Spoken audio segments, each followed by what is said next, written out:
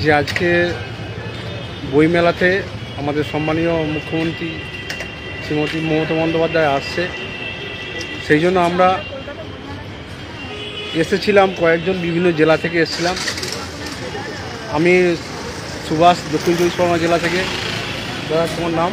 শুভময় মল্লিক, উত্তর চব্বিশ পরগনা জেলা। দাদা তোমার নাম? ক্যামেরাটা আমার খারাপ। তোমার নাম? আমার নাম প্রীতম রায়, উত্তর চব্বিশ পরগনা জেলা। ছাড়াও আরও কয়েকজন এসছে। ভাই তোমার নাম? ভাই শিবপ্রিয় ব্রহ্মচারী, উত্তর চব্বিশ পরগনা।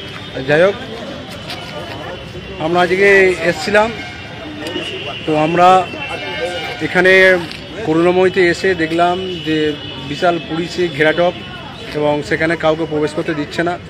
তার জন্য আমরা মুখ্যমন্ত্রী যে রাস্তা দিয়ে যাবে সেই রকম একটা আগাম খবর পেয়ে আমরা সবাই মিলে সেখানে গিয়েছিলাম।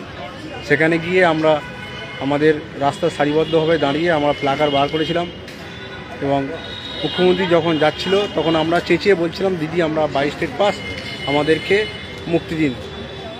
আশা করি আমরা যেভাবে চেঁচিয়েছি, আমরা যেভাবে আমাদের গলা যতটা জোর ছিল আমরা বলেছি যে আমরা দিদি 22 স্টেট পাস, আমাদের মুক্তি দিন, আমাদের ইন্টারভিউ নোটিফিকেশান প্রকাশ করুন। আশা করি তিনি শুনতে পেয়েছেন, কারণ খুব কাছ দিয়ে গিয়েছে, স্লোভাবে গিয়েছে। এখন দেখা যাক, কিন্তু আমরা খুবই আশাহত। আমরা চেয়েছিলাম উনি অন্তত আমাদের সঙ্গে একটুকুনি হলেও সময় দেবেন। রাস্তা দিয়ে আরও অনেক জনগণ ছিল, তারা দাঁড়িয়ে ছিল। আমরা ভেবেছিলাম হয়তো উনি আমাদের সঙ্গে একটু হলেও ওনার মূল্যবান সময় দেবে, কিন্তু আমরা সেটা খুবই আশাহত হয়েছি।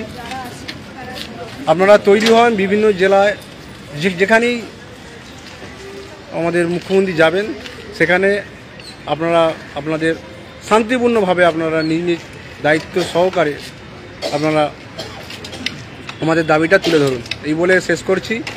সকলে ভালো থাকবেন। অবশ্যই দেখা হবে পরবর্তী কর্মসূচি।